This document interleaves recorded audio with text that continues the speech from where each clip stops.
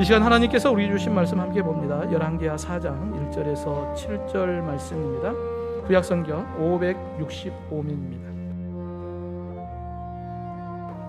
선자의 제자들의 아내 중에 한 여인이 엘리사에게 부르짖어 이르되 당신의 종 나의 남편이 이미 죽었는데 당신의 종이 여호와를 경외한 줄은 당신이 아시는 바니이다. 이제 빚준 사람이 와서 나의 두 아이를 데려가 그의 종을 삼고자 하나이다 하니 엘리사가 그에게 이르되 내가 너를 위하여 어떻게 하랴? 내 집에 무엇이 있는지 내게 말하라. 그가 이르되 계집종의 집에 기름 한 그릇 외에는 아무것도 없나이다 하니 이르되 너는 밖에 나가서 모든 이웃에게 그릇을 빌리라. 빈 그릇을 빌리되 조금 빌리지 말고 너는 내 두 아들과 함께 들어가서 문을 닫고 그 모든 그릇에 기름을 부어서 차는 대로 옮겨 놓으라 하니라. 여인이 물러가서 그의 두 아들과 함께 문을 닫은 후에 그들은 그릇을 그에게로 가져오고 그는 부었더니 그릇에 다 찬지라. 여인이 이들에게 이르되 또 그릇을 내게로 가져오라 하니 아들이 이르되 다른 그릇이 없나이다 하니 기름이 곧 그쳤더라. 그 여인이 하나님의 사람에게 나아가서 말하니 그가 이르되 너는 가서 기름을 팔아 빚을 갚고 남은 것으로 너와 내 두 아들이 생활하라 하였더라. 아멘. 여러분 날씨 뜨겁죠? 덥죠? 에어컨 없으면 어떻게 살까? 뭐 그런 생각 드시죠? 날씨가 뜨겁습니다. 근데 여러분 우리 안에 성령으로 더욱더 뜨거워지길 주님의 이름으로 축원합니다. 우리가 성경에 보면 이스라엘 백성들이 출애굽을 해서 광야를 걸어갈 때 하나님께서 구름 기둥 주지 않았으면 어떻게 됐을까? 다 죽었죠. 여러분 오늘도 하나님께서 우리의 영적 보호막이 되어주지 않는다면 우리가 어떻게 하루하루 살아가겠습니까? 여러분 하나님의 은혜 안에서 늘 평안하고 늘 행복하고 늘 기쁨이 넘치기를 주님의 이름으로 축원합니다. 어떤 한 노숙자가 매일 같은 자리에서 살아갑니다. 가족들에게 버림받았다는 생각, 친구가 나를 떠났다는 생각, 직업도 없고 소망도 없고 그러한 가운데 아버지로부터 편지를 받게 돼요. 넌 여전히 내 아들이다. 나는 너를 포기하지 않는다. 그러면서 아버지로부터 부모님이 나를 버린 줄 알았는데 그러지 않았다는 거예요. 부모님 나를 기억하고 있구나. 그래서 힘을 얻고 일을 하기 시작했고 어려운 상황 가운데 있는 사람들을 위하여 복지관에서 일을 하기 시작합니다. 여러분 때로는 우리가 우리의 환경 속에 좀 이런 부분이 좀 잘 됐으면 좋겠다, 이런 부분이 좀 되었으면 좋겠다라고 하는 바람이 있습니다. 그러나 그보다 더 중요한 것은 하나님이 여전히 나의 하나님이심을 여러분 꼭 기억하기를 주님의 이름으로 축원합니다. 우리 옆에 분과 인사합시다. 하나님은 집사님의 하나님이십니다. 네, 앞뒤 분과 인사합시다. 하나님은 집사님의 하나님이십니다. 여러분이 어떤 상황에 있더라도 하나님은 변함없이 여러분의 하나님이십니다. 그 하나님이 언제나 나를 기억하고 계심을 여러분 믿으시길 주님의 이름으로 축원합니다. 여러분 난세 영웅이 난다라고 하는 말처럼 나라가 힘들고 어려울 때 위기 가운데 있을 때 임진왜란 7년에 또 이순신 장군이 나라를 구하는 이러한 일들을 볼 때마다 우리나라가 역사를 보면 1000번 이상 외세의 침입을 받았다. 근데 그때마다 크고 작은 그러한 침략 속에서도 영웅들이 있었죠. 백성들이 영웅이기도 하고 가난한 자들이 영웅이기도 하고 해서 이 나라 이 민족을 지켜왔거든요. 그리고 지금은 세계적으로 그래도 부유한 나라가 되고 강한 나라가 되었습니다. 여러분 이 모든 것이 하나님의 은혜죠. 여러분 이스라엘의 역사를 보더라도 하나님은 위기 때마다 하나님의 사람들을 보내셨어요. 그리고 선지자들을 보내어서 이스라엘 백성들로 하여금 하나님이 기뻐하는 의의 길로 걸어갈 수 있도록 늘 말씀을 전하고 옳은 길로 인도하는 그런 모습을 봅니다. 근데 구약의 많은 선지자들 가운데 엘리야 선지자가 있고 그의 제자인 엘리사 선지자가 있습니다. 여러분 이 두 선지자들은 선지자들 가운데서도 그래도 대선지자들에 속한 사람들이거든요. 엘리야 선지자 그리고 그에게 더 뛰어난 또 엘리사 선지자의 이야기가 있습니다. 여러분 오늘 본문의 배경이 되는 것은 바로 이 엘리사 선지자가 활동했던 시대를 배경으로 하고 있습니다. 여러분 솔로몬 이후에 이스라엘은 남과 북으로 나눠집니다. 그리고 북이스라엘은 여로보암을 중심으로 해서 19명의 왕들이 세워지고 남유다는 솔로몬의 아들이었던 르호보암을 중심으로 해서 20명의 왕들이 이스라엘, 유다의 역사를 이끌어갑니다. 그 가운데 북이스라엘의 19명의 왕들은 하나님 보시기에 다 악한 왕으로 평가를 받습니다.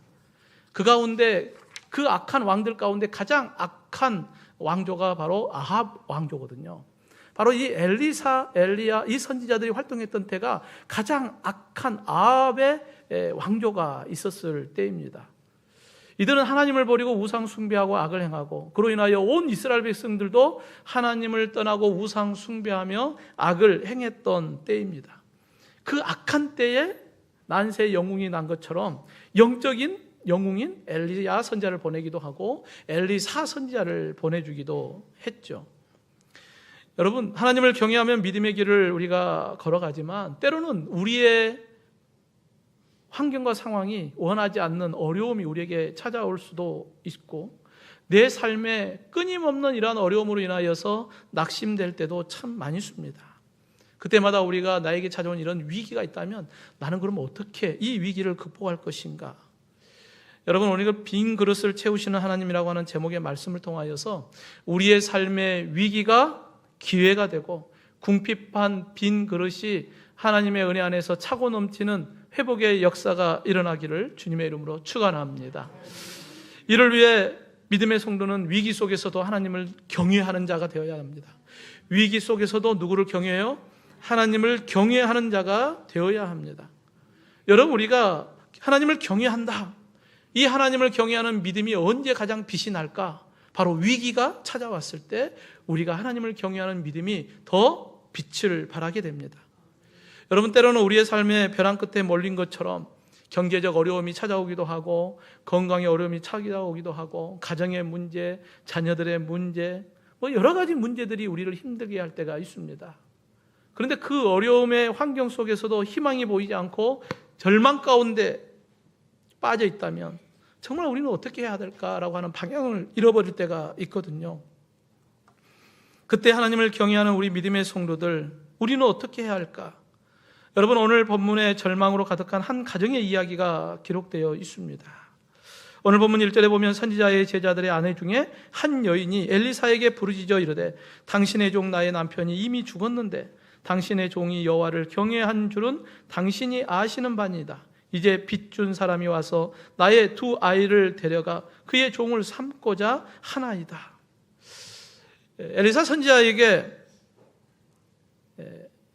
제자였던 아내가 찾아옵니다. 당시 엘리사 선지자가 활동했던 시기에는 이제 선지자들을 양성하는 학교가 있었어요. 오늘날로 말하면 신학대학교가 있었단 말이에요. 근데 그 신학대학교에 제자 가운데 한 제자가 죽게 됐어요. 그러니까 아내가 남겨지고 두 아이가 남겨져 있었어요. 근데 문제는 남편을 잃어버리는 것도 큰 절망인데 이 빚으로 인하여서 두 아이를 종으로 팔려가는 그러한 위기가 이 가정 가운데 찾아오게 되었습니다. 여러분, 남편이 죽으면 당시에는 아내는 과부가 돼요. 과부가 되면 우리가 성경에 보면은 약자가 됩니다.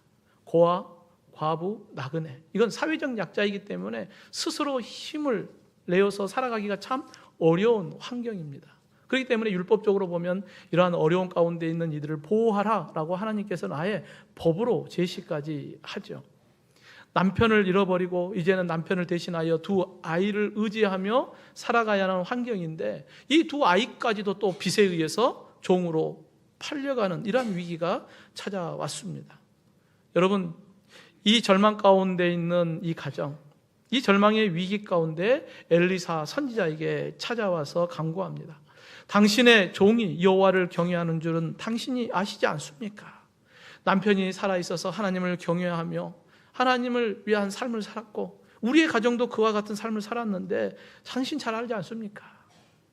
여러분, 여호와를 경외한 줄 아시지 않습니까? 이게 이 여인의 고백이거든요. 비록 지금 감당할 수 없는 위기가 이 가정에 닥쳐왔지만 엘리사 선지자를 찾아와서 원망하거나 또 대적하는 이러한 모습을 보이는 게 아니에요. 오히려 하나님을 경외하는 가정이지 않습니까? 기억해 주십시오. 여러분, 두 아이, 이 원어 의미를 보면은 아들이라고 하는 뜻도 있고 젊은이라고 하는 뜻도 있어요. 그러니까 두 아이는 아주 어린 아이들이 아니라 어느 정도 성장한 아이들입니다. 그러면 여러분 생각해 보십시오. 아버지가 하나님을 경외하다가 갑자기 죽게 되고, 우리의 가족은 하나님을 경외하는 가정인데 지금 위기가 찾아와서 종에 팔려가야 하는 상황이 찾아왔어요. 그러면 이 아이들, 어느 정도 성장한 아이들 입장에서 봤을 때는 하나님을 향한 원망의 마음도 있지 않겠어요? 하나님 이럴 수 있습니까? 하나님을 경외하는 가정이 이러한 위기를 맞게 하면 됩니까? 하나님이 이럴 수 있습니까? 할만하잖아요. 이 나이 정도 되면은, 그래도 사춘기 막 넘어가고 이러한 나이들 정도 되면 하나님을 향하여 하나님을 경외하는 마음보다는 원망하는 마음이 더 크지 않겠냐 하는 생각을 해봅니다. 그런데 오늘 본문에 보면은 하나님을 경외하는 이 가정이 하나님을 향하여 원망하거나 엘리사 선지자를 향하여 원망하는 말을 하지 않아요. 여러분, 이스라엘 백성들이 출애굽을 해서 40년 광야의 여정을 걸을 때에 그들은 환경과 상황이 마음에 들지 않으면 항상 했던 게 뭐예요? 하나님을 원망하고 모세와 아론을 향하여 대적하고, 그리고 항상 하는 이야기가 애굽으로 돌아가자 그랬거든요. 그러한 모습을 보면 원망할 만한 한 상황인데도 그들은 하나님을 경외하는 모습을 우리에게 보여주고 있습니다. 성도 여러분, 하나님을 경외하는 자에게 아무 문제 없고 늘 평안하고 늘 행복하면 얼마나 좋겠습니까? 하지만 하나님을 경외하는 목회자의 가정이어도 성도들의 가정이어도 생각지도 않는 위기가 우리에게 찾아올 수 있다는 거예요. 오히려 예수님은 하나님을 경외하는 자에게 주님 때문에 너희가 감당해야 할 시험이 찾아올 것이다 라고 하는 이야기도 합니다. 누가복음 6장 22절 23절에 보면 인자로 말미암아, 즉 예수님으로 말미암아 사람들이 너희를 미워하며 멀리하고 욕하고 너희 이름을 악하다 하여 버릴 때에는 너희에게 복이 있도다. 그날에 기뻐하고 뛰놀라. 하늘에서 너희 상이 큼이라. 하나님을 경외하는 자들에게 세상 사람들이 미워하기도 하고 멀리하기도 하고 욕도 하고 악하다, 손가락질도 할 것이다. 어둠은 빛을 싫어하는 것처럼 너희를 대적하는 일들이 있을 것이다. 그러나 너희들은 오히려 기뻐하고 즐거워하라. 왜요? 주님 앞에 서는 그날이 되면 하나님께서 너희에게 큰 상이 주실 것이다 라고 하는 이야기를 합니다. 여러분, 우리가 믿음의 길을 걸어가고 하나님을 경외한다고 해서 어려움이 없냐? 아니요. 오히려 주님 때문에 어려움이 우리에게 찾아올 수도 있다는 거예요. 오히려 주님을 따라가는 그 길이 좁고 협착하고 많은 사람이 가려고자 하는 어려움의 길이기도 하거든요. 그 길이 십자가의 길이거든요. 그러니까 우리가 가는 길이 어려움이 있을 수밖에 없죠. 근데 왜 우리가 그 길을 갑니까? 그 길의 끝은 생명이기 때문에 그래요. 그 길의 끝은 하나님의 영광이 보장되어 있기 때문입니다. 여러분, 사도 베드로가 활동했던 시대, 그때는 로마 황제 네로의 박해가 이제 본격적으로 시작될 때였거든요. 그래서 기독교인들을 향한 박해가 조금씩 시작이 됩니다. 예수님을 믿는다는 이유만으로도 차별을 받아야 했어요. 손해를 보아야 했고 고통을 받아야 했고 조롱거리가 되어야 했습니다. 더 나아가서 순교자의 길을 걸어야만 했습니다. 이러한 위기 가운데 많은 기독교인들이 예수님을 배교하고 다시 유대교로 돌아가는 그러한 어리석은 모습들이 나타나기도 했거든요. 그때 베드로는 이러한 어려움 가운데 있는 믿음의 사람들에게 소망을 제시하고 그들을 위로하고 격려하는 내용이 바로 베드로 전서 후서의 내용입니다. 베드로는 베드로전서 4장 12, 14절에 이렇게 이야기해요. 사랑하는 자들아, 너희를 연단하려고 오는 불시험을 이상한 일을 당하는 것 같이 이상히 여기지 말고 오히려 너희가 그리스도의 고난에 참여하는 것으로 즐거워하라. 이는 그의 영광을 나타내실 때에 너희로 즐거워하고 기뻐하게 하려 함이라. 너희가 그리스도의 이름으로 치욕을 당하면 복 있는 자로다. 영광의 영 곧 하나님의 영이 너희 안에 계십니다. 베드로 사도는 믿음이 흔들리는 성도들을 향하여 이렇게 이야기해요. 사랑하는 형제요, 자매요, 불시험 당하는 것을 힘들다 하지 말고 오히려 그리스도 고난에 참여하는 것을 즐거워하세요. 영광의 주님이 다시 오실 때 주님께서 우리가 당하는 이 치욕과 이 어려움, 고난, 환난들에 대해서는 영광의 복으로 반드시 갚아주실 것이네. 그러니까 절망하지 말고 배교하지 말고 끝까지 하나님을 경외하며 이와 같은 시험을 함께 이겨내세요. 여러분, 베드로가 이와 같이 믿음의 사람들에게 권면하고, 우리가 잘 알듯이 베드로는 끝까지 주님을 위하여 복음을 전하고 십자가에 거꾸로 매달려 순교하는, 하나님을 경외하는 믿음의 모습을 우리에게 보여줍니다. 성도 여러분, 우리는 좋은 환경과 상황 때문에 하나님을 경외하는 게 아니잖아요. 우리의 환경과 상황이 좋으니까 내가 예수님 믿는 거 아니잖아요. 예수님 믿으니까 우리의 환경과 상황이 때로는 좋을 수도 있고 때로는 안 좋을 수도 있어요. 그것과 상관없이 우리는 하나님을 경외하는 거예요. 그것과 상관없이 우리는 예수님을 나의 주로 고백하며 믿음의 길을 걸어가는 것입니다. 환경과 상황 때문에 하나님을 경외하기도 하고, 환경과 상황이 안 좋으면 하나님을 버리고 세상으로 돌아가는 어리석은 자가 되지 않기를 주님의 이름으로 축원합니다. 우리의 환경이 어떠하든지 그것과 상관없이 오직 여호와 하나님만을 경외하는 믿음의 자리를 잘 지킬 수 있기를 주님의 이름으로 축원합니다. 호레이셔 스패퍼드라고 하는 사람이 있어요. 이 사람은 시카고의 법률회사 CEO로서 사회적으로 성공한 사람이었어요. 그리고 장로교 신학교의 이사이기도 하고 운영위원이기도 하고, 또 주일이 되면 교회 학교에 가서 아이들을 가르치는 선생님이기도 했습니다.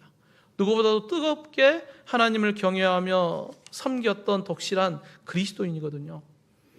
그런데 전 재산을 투자한 부동산에 대화재가 일어나면서 모든 재산이 하루아침에 사라져버렸어요.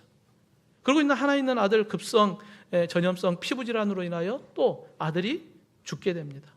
모든 재산이 하루아침에, 그리고 사랑하는 아들이 죽고, 그 마음이 얼마나 힘들겠습니까? 그래서 가족들과 함께 여행을 통하여 좀 쉼을 얻으려고 아내와 그리고 4명의 딸과 함께 배를 타고 여행을 계획합니다. 그러면서 친구였던 무디 목사님이 전도 집회를 하니까 내가 가서 좀 도와줘야겠다라고 하는 생각이 들어서 먼저 아내와 4명의 딸을 배를 태워서 대서양을 횡단하게 하고, 본인은 무디 선생님을 돕는 그 집회에 참여를 하게 됩니다. 그런데 그 대서양을 건넜던 배가 가다가 중간에 뱃길이 서로 충돌을 하게 돼요. 그래서 배가 침몰을 합니다. 그래서 4명의 딸이 죽게 되고 아내만 구조를 받게 되죠. 여러분, 생각해 보십시오. 이 스패퍼드 입장에서 봤을 때는 하나님을 경외하고 하나님을 잘 섬겼는데 왜 나에게 이러한 시련이 오는가? 주님, 어떻게 신실히 주님을 사랑하던 나에게 이런 일이 생깁니까? 그때 하나님께서 감동을 주셨어요. 그리고 그 감동을 기록하기 시작합니다. 그리고 그 고백을 친구인 무디 목사님께 전해주었어요. 무디 목사님은 그가 쓴 그 글을 작곡가인 필립 블리스에게 전달을 합니다. 그때 기록했던 그 찬양이 우리가 잘 아는 찬송가 413장. 여러분, 이 가사를 잘 생각해 보십시오. 내 평생에 가는 길 순탄하여 늘 잔잔한 강 같든지 큰 풍파로 무섭게 어렵든지 나의 영혼은 늘 편하다. 내 영혼 평안해. 내 영혼 평안해. 사랑하는 성도 여러분, 위기가 나에게 찾아오고 절망이 나에게 찾아왔을 때도 그래도 변함없이 나는 여호와 하나님을 경외합니다. 이 믿음을 지킨다는 게 참 어렵고 힘듭니다. 그럼에도 하나님을 경외하는 믿음의 사람들에게는 세상이 줄 수 없는 주님 품 안에서만이 누릴 수 있는 참 평안이 있습니다. 어떠한 환경 속에서도 우리가 하나님을 경외하는 믿음 버리지 말고 그 환경과 상황을 뛰어넘고 여호와 하나님만을 의지하며 경외하며 승리자의 삶을 사는 저와 여러분이 되기를 주님의 이름으로 축원합니다. 이와 같이 하나님을 경외하는 자의 믿음은 순종으로 증거가 돼요. 여러분, 어린 자녀들이 나중에 커서 뭐 돈 많이 벌면 아버지께 뭐 사주고 엄마에게 뭐 사주고 그런 이야기 들어보셨죠? 저도 우리 아이들에게 듣습니다. 뭐 좋은 차도 사주고 뭐 집도 사주고. 그때마다 어떤 생각이 드냐면, 그래, 나중에 커서 손만 벌리지 마라. 그죠? 다 커서 손 벌리면 안 되잖아요. 여러분, 말로는 누가 못합니까? 그죠? 나중에 커서 잘하면 얼마나 좋은데. 여러분, 마태복음 26장에 보면 예수님께서 제자들에게 말씀해요. 오늘 밤에 너희가 다 나를 버리리라. 이때 제자들 가운데 나서기 좋아하는 제자 있죠? 누구요? 베드로가 이야기합니다. 모두 주를 버릴지라도 나는 결코 버리지 않습니다. 예수님, 다 버려도 저는 절대 예수님 안 버립니다 라고 큰 소리 친 게 바로 베드로였거든요. 근데 우리가 잘 알듯이 여종의 말에 베드로는 예수님을 모른다고 3번이나 부인해요. 더 나아가서 예수님을 저주까지 합니다. 여러분, 평안하고 좋을 때는 무슨 말 못합니까? 다 이룰 것 같죠? 근데 내 삶에 위기가 찾아왔을 때, 고난이 나에게 찾아왔을 때, 그때도 여전히 내가 하나님을 경외하는 자로 믿음의 길을 걷는가? 하나님을 경외하기에 내가 믿음의 순종으로 나아갈 수 있는가? 이게 중요하거든요. 여러분, 지금 엘리사 선지자가 제자의 아내의 말을 듣고 얼마나 마음이 아팠겠습니까? 그죠? 그래서 본문 2절에 보면 내가 너를 위하여 어떻게 하랴? 이 가정에 지금 절망 가운데 있는 이 가정의 소식을 듣고 엘리사 선지자가 내가 너를 위하여 어떻게 하랴? 여러분, 이 가정의 문제를 지금 이 아내가 누구에게 이야기하는 거예요? 하나님의 사람 엘리사 선지자에게 이야기하는 거예요. 그러면 이 가정의 문제는 지금 누구의 문제로 넘어가는 거예요? 하나님의 사람 엘리사의 문제로 넘어가게 된 거예요. 여러분, 여러분의 삶 가운데 여러 가지 문제가 있을 때 여러분 그 문제를 내가 붙잡고 있으면 그건 여전히 내 문제예요. 근데 오늘도 우리가 주님 앞에 나와서 기도함으로 내 문제를 주님께 맡기면 그 기도는 이제 그 문제는 이제 누구의 문제가 되는 거예요? 주님의 문제가 되는 거예요. 믿으시면 아멘 합시다. 그러니까 힘들고 어려울 때 나 혼자 꽁꽁 앓고 절망 가운데 왜 주저앉아 있지 말고 주님 앞에 나와서 크고 작은 문제들을 주님께 맡기면 주님께서 그 기도를 들으시고 내가 너를 위하여 어떻게 하랴? 이 엘리사 선지자의 말처럼 어떻게 하랴? 이제 그때부터는 주님의 문제가 되는 거예요. 그리고 본문 2절에서 4절에 내 집에 무엇이 있는지 내게 말하라. 그가 이르되 계집종의 집에 기름 한 그릇 외에는 아무것도 없나이다 하니 이르되 너는 밖에 나가서 모든 이웃에게 그릇을 빌리라. 빈 그릇을 빌리되 조금 빌리지 말고 너는 내 2 아들과 함께 들어가서 문을 닫고 그 모든 그릇에 기름을 부어서 차는 대로 옮겨 놓으라. 이제 엘리사 선지자가 방법을 제시합니다. 엘리사 선지자에게 이 여인에게 묻죠. 내 집에 무엇이 있느냐? 계집종의 집에는 기름 한 그릇 외에는 아무것도 없습니다. 여러분, 가정이 지금 어떤 상황인지 아시겠죠? 가진 거 아무것도 없습니다. 기름 한 그릇만 지금 남아 있습니다. 여러분, 이 기름의 원어 의미를 보면은 감람유예요. 올리브유입니다. 여러분, 감람유, 올리브유는 등급이 있어요. 최상급 1등급은 하나님의 성전이나 성막에서 사용되는 기름이에요. 그리고 왕이나 제사장이나 선지자에게 머리에 기름을 부을 때 사용하는 게 바로 이 1등급 올리브거든요. 그 다음에 2등급은 여러분이 음식을 만들어서 먹을 때 올리브유 사용하잖아요. 바로 2등급 식용으로 쓸 때. 그리고 3등급은 질이 가장 안 좋은, 그래서 불을 밝히는 일에 사용할 때 사용하는 것이 바로 3등급의 올리브거든요. 여러분, 하나님께서 이 가정 가운데 무엇이 있느냐 물었을 때 바로 이 기름 한 그릇이 있습니다. 바로 이 기름의 의미는 레위기에서 이야기하는 제사장이 하나님 앞에 제사를 드릴 때 사용하는 기름이거든요. 그거 하나 있는 거예요. 여러분, 이 가정에 유일하게 남겨진 기름 한 병, 값비싼 고급의 그 감람유 하나 남았습니다. 여러분, 하나님께서 우리에게 요구하실 때에 우리에게 없는 것 요구하는 게 아니라 하나님은 항상 우리에게 있는 것을 요구해요. 여러분, 모세에게도 모세야, 너 손에 뭐 있냐? 무엇이 들려있어요? 지팡이. 모세에게는 지팡이 하나밖에 없었거든요. 그 지팡이를 통하여서 이스라엘 백성들을 출애굽하고 광야를 지나서 약속의 땅으로 인도할 때 하나님은 모세의 손에 들렸던 그 지팡이를 통하여 역사하셨어요. 여러분, 다윗이 양을 칠 때 맹수로부터 이 양을 보호하기 위하여 그의 손에 들렸던 게 무엇입니까? 물맷돌이에요. 골리앗과 나아가 싸울 때 사울 왕의 갑옷이나 칼로 나아가는 것이 아니었어요. 그의 손에 들려있던 게 뭐예요? 물맷. 그걸 가지고 나아가서 골리앗과 싸워 승리하게 됩니다. 성도 여러분, 하나님께서 우리에게 너 가진 건 뭐냐? 여러분에게 가진 것을 요구하는 거예요. 여러분, 우리에게 가진 것이 무엇이 있습니까? 하나님이 주신 믿음, 그 믿음의 순종, 여러분, 그것은 우리에게 있지 않습니까? 내 환경에 아무것도 없지만 우리에게는 무엇이 있어요? 믿음이 있지 않습니까? 그러기에 오늘도 우리에게 하나님이 우리에게 요구하는 것은 그 믿음의 순종이거든요. 여러분, 사도행전 3장에 베드로와 요한이 성전에 올라갈 때 날 때부터 걷지 못했던 사람이 성전 그 입구에서 구걸하거든요. 그때 베드로와 요한이 그 사람에게 나를 봐라. 그랬을 때 어떤 생각이 들었겠어요? 야, 저 사람들이 나에게 좀 돈 좀 줄려는가 보다 하는 생각을 했겠죠. 근데 베드로와 요한이 무엇을 이야기합니까? 은과 금은 내게 없거니와. 여러분, 베드로와 요한은 은과 금 없어요. 그런데 그들에게는 무엇이 있습니까? 내게 있는 이것을 내게 주노니 나사렛 예수 그리스도의 이름으로 일어나 걸으라. 베드로 요한에게 무엇이 있어요? 예수 그리스도가 있는 거예요. 예수님을 향한 믿음이 그들에게 있었기 때문에 믿음을 선포할 때 역사가 일어나게 된 것입니다. 그 말씀을 들었을 때 믿고 순종하여 일어나고 뛰면서 하나님의 성전에 들어가서 하나님께 찬송하는 그의 인생이 완전히 달라졌어요. 성도 여러분, 고난과 위기의 순간에 빠졌을 때 하나님을 경외하는 자들에게 하나님이 우리에게 요구하는 것이 무엇이겠습니까? 세상의 것들이 아니에요. 우리에게 요구하는 게 무엇이겠습니까? 너 나를 향하여 믿는 믿음이 있냐? 믿음의 순종을 우리에게 요구할 때 여러분, 믿음의 순종으로 주님 앞에 나아갈 수 있기를 주님의 이름으로 축원합니다.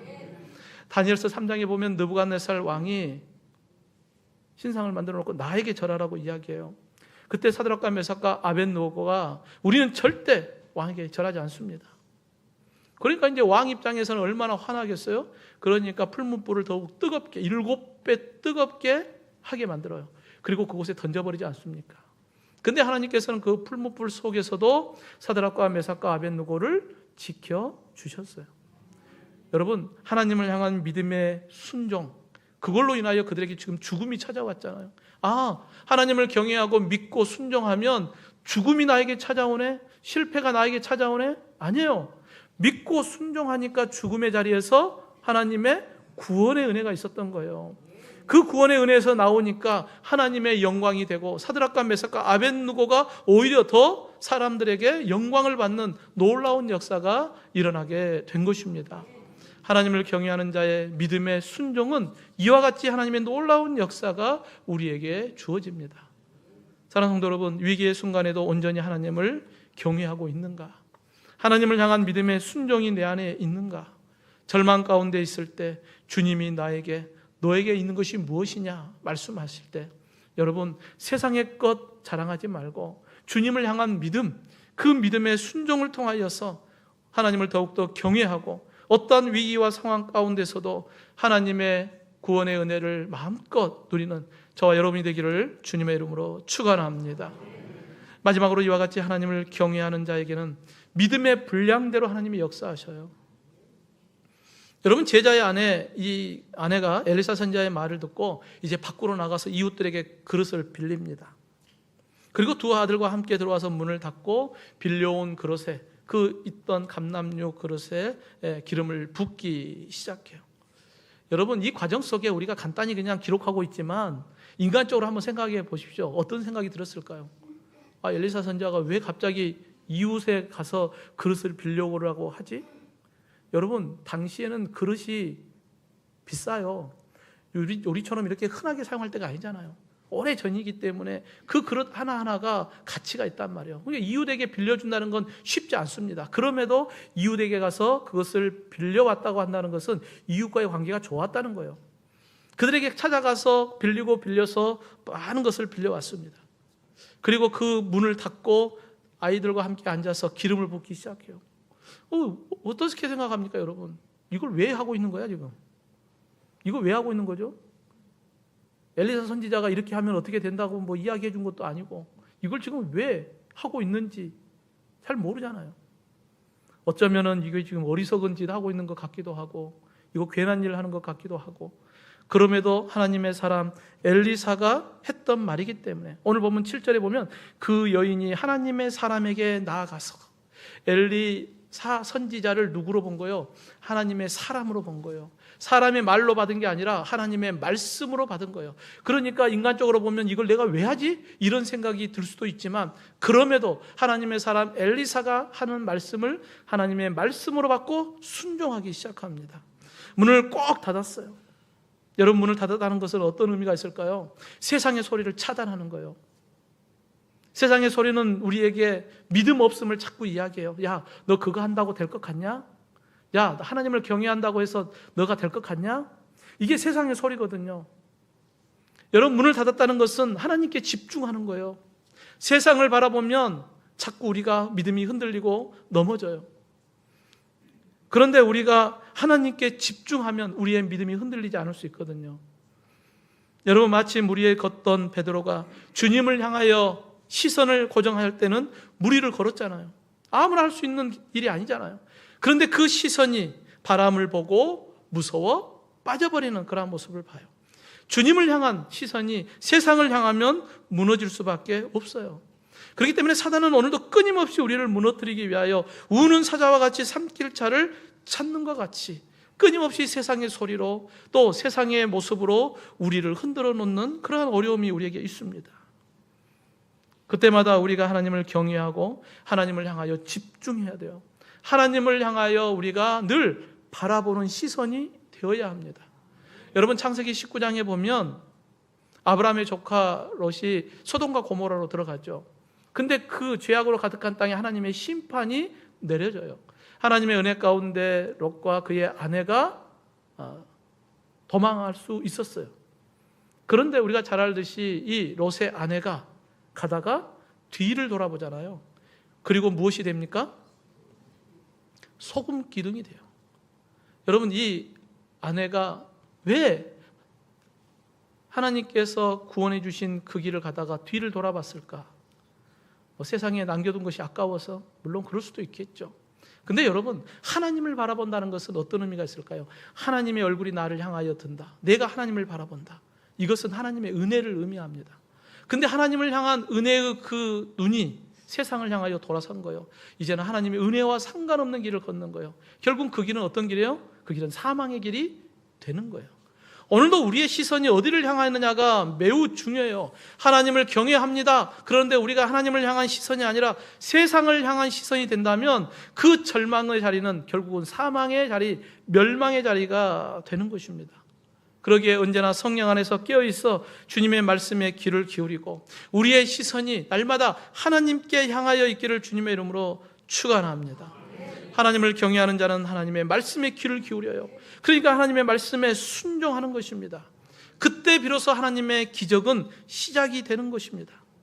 내 삶에 힘들고 어려울 때 전능하신 하나님께서 기름을 부으라 말씀하셨고 그 기름을 부을 때에 놀라운 기적의 역사가 일어나기 시작해요.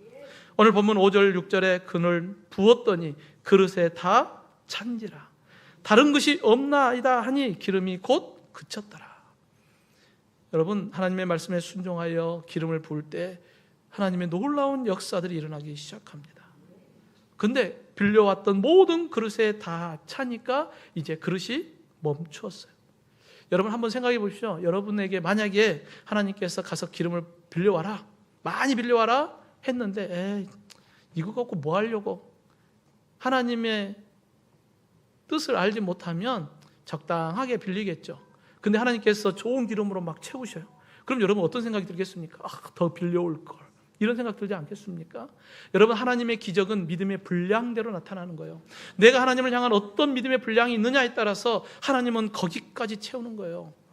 여러분, 우리가 하나님을 향하여 입을 크게 벌리면 하나님은 그 큰 입에 하나님께서 가득 채우시는 것입니다. 시편 81편 10절에 나는 너를 애굽 땅에서 인도하여 낸 여호와 내 하나님이라. 내 입을 크게 열라. 내가 채우리라.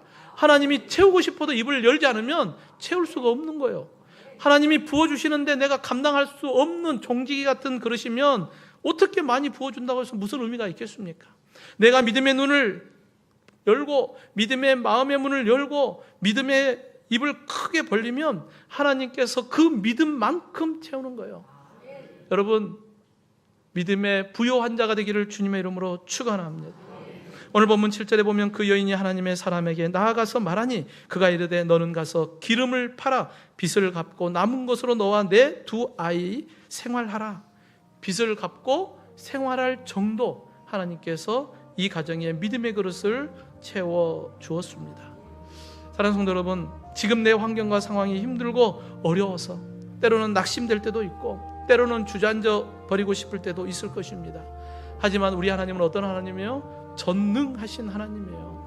그 하나님을 경외하는 마음을 가지고 끝까지 믿음의 순종으로 입을 크게 벌려 주님이 행하실 그 일들을 믿음의 눈으로 바라볼 수 있기를 주님의 이름으로 축원합니다. 나의 계산, 나의 방법 아니라 하나님의 뜻과 하나님의 계획과 하나님의 방법대로 하나님께서 내 삶의 기름으로 충만하게 하실 것을 믿고 끝까지 하나님을 경외하며 승리하는 저와 여러분이 되기를 주님의 이름으로 축원합니다.